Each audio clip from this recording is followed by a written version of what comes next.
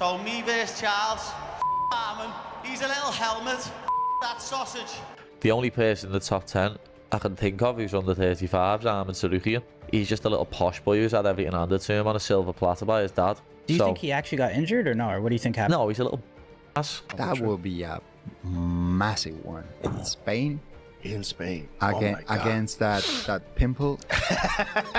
But when you see Paddy, he's dancing like this. His hair's flopping around like he's in the Beatles. You know, he's like, he seems silly, but then he f***s people up. I think people he f***s people up like Michael Chandler. When you're walking with a guy that has 10 loses, the level of confidence is completely different. Paddy Pimblett has called out Arman Tsarukyan and called him a helmet. Paddy is unstoppable at the moment, as he also mocked someone like Ilia Topuria, who is excited to fight him in Spain. In a recent interview, Paddy pointed out that in his eyes, Tsarukyan is the only fighter in the top 10 under 35 who stands out, but not for the right reasons. He portrayed him as someone who grew up with privilege and didn't have to struggle the way others did, suggesting that his path was made easier by family support. Paddy cast doubt on Tsarukyan's recent injury claims, clearly skeptical about the legitimacy of the situation. He made it clear he doesn't have much respect for him, dismissing him as soft and not built for real adversity. The only person in the top 10 I can think of who's under 35 is Arman Tsarukyan. He's just a little posh boy who's had everything handed to him on a silver platter by his dad. Do you think he actually got injured or no? Or what do you think happened? No, he's a little... That's what you are, Arman. Little boy. Basically, Arman, you... Paddy was fired up talking about Dana White's interview, saying it was wild how the UFC boss completely shut down Arman's excuse. He couldn't believe how blunt Dana was, basically telling everyone not to buy the injury story. According to Paddy, the UFC brought in top doctors and even elite recovery staff from the Performance Institute, and none of them ever told Arman he couldn't fight. The decision came entirely from Arman himself. Paddy didn't hold back. He said Arman folded under pressure when it counted, painting the picture of someone who panicked and bailed instead of stepping up. Dana shot him down in that interview. What do you do with him at this point? I mean, do you automatically rebook him in the next title fight? Do you go back to the drawing board? No. Yeah, he's going back to the drawing board. I was like, whoa, that's heavy, that. You don't want the boss saying that about you. Yeah. He basically said that, like, doctors come out and Heather, the best masseuse in the PI, come out and they never said to him, you can't fight. He decided he's not going to fight. So basically, Arman, you pants. Know what I mean? That's what you did. You farted and followed through, and had shit coming down your leg. Arman fired back, mocking Paddy for having what he called the easiest ride to the top, crediting it to nothing more than a funny accent and a knockoff Beatles haircut. He challenged Paddy directly, daring him to call him out if he wins his next fight. Arman made it clear he's ready for the smoke, warning that when they finally meet in the octagon, they'll find out who really folds under pressure, and he ended it by calling Paddy a clown, tagging him directly. Arman Tsarukyan responded on his X account. Says the guy who got the easiest path to the top in UFC just because he's got a funny accent and budget Beatles haircut. I dare you to call me out if you win, and we will see who will shit his pants in the octagon when we meet Clown Paddy the baddie. The only person in the top 10 I can think of who's under 35 is Arman Tsarukyan. He's just a little posh boy who's had everything handed to him on a silver platter by his dad. Do you think he actually got injured or no? Or what do you think happened? No, he's a little... That's what you are, Arman. Little boy. I was confused too, because yeah, we had him on the pod that week too, and then I don't know, he was doing videos too with Nina drama. He was like wrestling and shit. Yeah, and then he was doing them videos where he flips forward on his neck. Right. And then he's saying that he's got a bad back. Dana said, didn't he? It was Dana shot him down in that interview. I was like, whoa, that's heavy, that. You don't want the boss saying that about you. But because he got asked, didn't he, is Arman still #1? Right. And he was like, no, he's going to have to go back to the drawing board. Yeah. He basically said that, like, doctors come out and Heather, the best masseuse in the PI, come out and they never said to him, you can't fight. He decided he's not going to fight.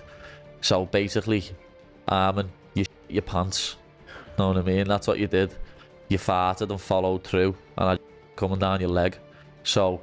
Arman Tsarukyan also said that he don't considers Paddy a great challenge. Before Paddy's win at UFC 314, Arman refused to consider him a top contender and said he won't watch his fights. According to Arman, he only watched fights of top contenders who are among the top 5 rankings of his division. I don't know, they're both not good, so I don't follow them. I don't watch their fights because they're not on my level. You only watch fights that are on your level. Yeah, top 5 fighters or real contenders fights. Paddy also gave his reaction to Arman's tweet and this statement. He said Arman's response actually made him laugh and that he found it entertaining more than anything. He explained he was just being brutally honest. He doesn't sugarcoat things when asked a question. What really stood out to him was the contradiction. Arman claimed he doesn't watch fighters outside the top 5, yet still took the time to tweet at him. Paddy pointed out that if someone's beneath him, he doesn't bother giving them attention, unlike Arman. To him, it's pretty clear he's living rent-free in Arman's head, and if Arman's rattled, that's not his problem. Paddy, on a Full Send podcast, you had some words for Arman Tsarukyan. What prompted you to say that, and did you hear his response? Yeah, to see his response, it tickled me, made me laugh. It's just being honest, you know what I mean? I'm just brutally honest, I can't lie. If someone ever get asked about someone, I'm going to be honest. I seen him say in an interview the other week that I don't watch anybody not in the top 5. I won't watch Chandler and Pimblett. Well, what are you tweeting me for then? You know what I mean? If you weren't concerned about people who aren't in the top 5, you wouldn't be tweeting me when I've said something about you. Like, people who say stuff about me, what are beneath me, I don't mention it, I just leave them to it.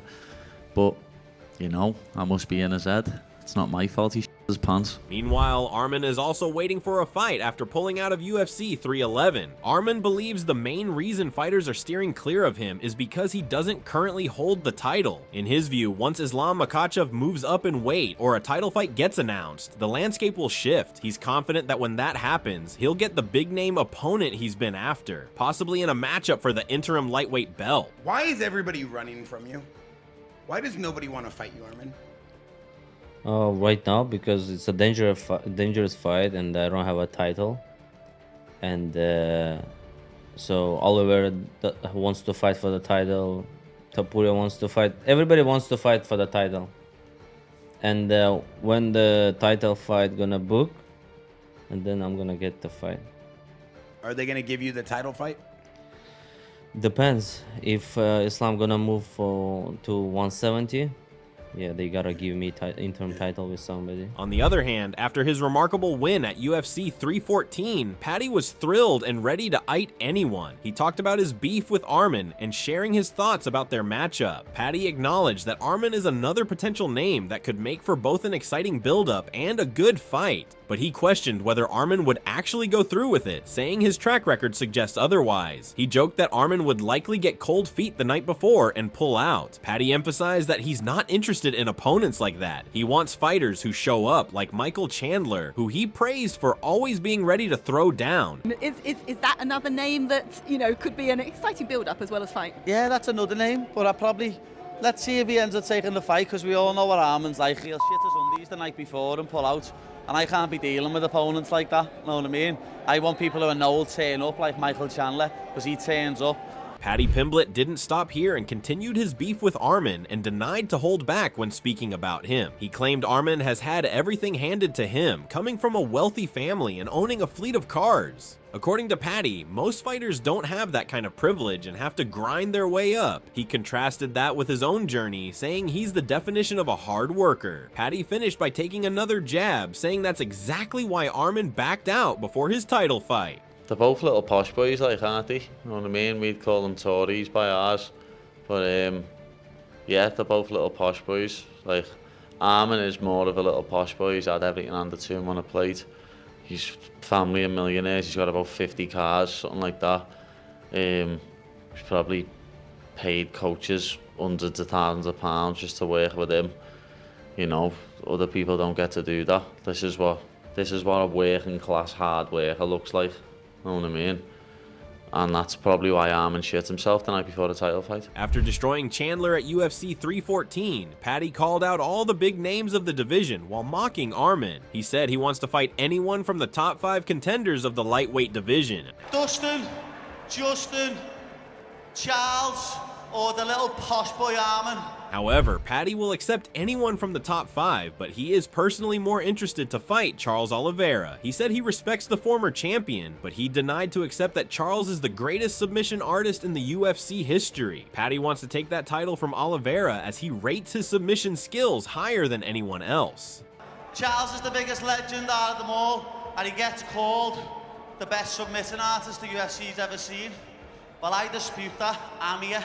So me versus Charles. Paddy further called Charles Oliveira a legend, praising his title run and wins over Dustin, Justin, and Michael. He acknowledged Charles as the UFC's all-time submission leader, but said he believes he's the better submission artist. It's a fight he'd love to have. He also mentioned potential matchups with Justin, Dustin, and Arman, though he joked Arman might not show up on fight night. Paddy questioned if that unreliability disqualifies him. Just Charles, like, for me, Charles is a legend. Charles, former UFC lightweight champion, defended the belt twice, you know, beat Dustin, beat Justin, beat Michael for the belt. Like, he's a legend. He's got the most submissions in UFC history, and people say that he is the best submission artist the UFC's ever seen. But I think I'm a better submission artist, so I'd love for that fight. But obviously then there's Justin, there's Dustin, there's Arman, but will he the bed and not turn up on the day? You never know. So I don't know if I'd want to fight him. Obviously there's El Chirito as well, there's Ilia Topuria. Yes, I forgot all about mentioning him in the post-fight interview. Paddy was unstoppable after his victory and didn't miss a chance to mention any big fighter of his division. He even took a dig at Ilia Topuria and called him irrelevant. He also tried to mock the former featherweight champion by saying that he is ranked higher than him in the lightweight division. And then one day down the line, we get the press tour with Ilia Topuria. Oh, yeah, we want that. I forgot to mention Ilia in the cage, to be honest. That's how irrelevant he is in my life. I forgot to even mention El Chirito. You know what I mean? I didn't even think of him. I'm ranked higher than him at lightweight. Well, Paddy Pimblett has now started to get a lot of hype after his incredible performance at UFC 314. Most of the MMA pundits and fans believe that Paddy is a real threat to everyone in the lightweight division now. During a recent podcast with Joe Rogan, Ilia Topuria even backed Paddy Pimblett to beat guys like Justin Gaethje. Topuria suggested their matchup and believes Paddy will beat Justin. Topuria also said that after beating Islam, he will fight Paddy for the belt. According to Topuria, Paddy has a better grappling than Justin that would help him to beat the lightweight star easily. I would put Justin Gaethje against Paddy Pimblett, me against Islam. Once I pass him, I get the title, and you put me against Paddy. Because I think that he's gonna... You think Paddy's gonna beat Justin Gaethje? Easy. Wow. Really easy? Yeah, easy. Really easy? Yeah. Wow. That's a crazy thing to say because Justin Gaethje's an animal. Yeah, but he doesn't know how to grapple. Despite his rivalry with Paddy, Ilia Topuria even said that a fight with the Englishman in Spain would excite him. According to Topuria, he can fight Paddy Pimblett in one of the biggest stadiums of Spain, and it would be a super hit fight. What about Paddy Pimblett, though? That will be a massive one. In Spain? In Spain. Against that pimple. He did a great job. He did a great job. He did what he had to do. He did. Heavy. Feels heavy as well. That's what I'm about. I mean, he could be the next Conor McGregor star. Like that kind of a star where the whole world is watching. He has that weird personality. Yes. Yeah, he has that. Well, he's very disarming. Aaron Pico also agreed with Ilia Topuria. After watching Paddy's latest fight, Aaron Pico said he's now more interested in seeing Paddy versus Ilia than Ilia versus Islam. He admitted he couldn't fully explain why, but found Paddy's style and personality exciting. Pico noted there's also some real tension between the two, possibly stemming from an incident at a hotel about a year ago. He felt that kind of buildup would make for a fun and entertaining matchup. In his opinion, fans would be more hyped for Paddy versus Ilia than for Ilia versus Islam. He added that if Ilia ever moves up to 155, there's no better fight to make. After watching Paddy fight, last night, I want to see Paddy versus Ilia more than I want to see Topuria versus Islam now. Wow, why? What is it about that performance? I don't know. I think Paddy's style is, I mean, his character and it was just fun. And then they have some bad blood. I think there was some things that happened in in the hotel, I don't know, maybe a year ago, and I think that would be a fun fight. I think Paddy would. That would be a lot of fans would love to see that. They would be more excited. I think they'd be more excited with Paddy versus Ilya than Ilya versus than Islam. I don't know.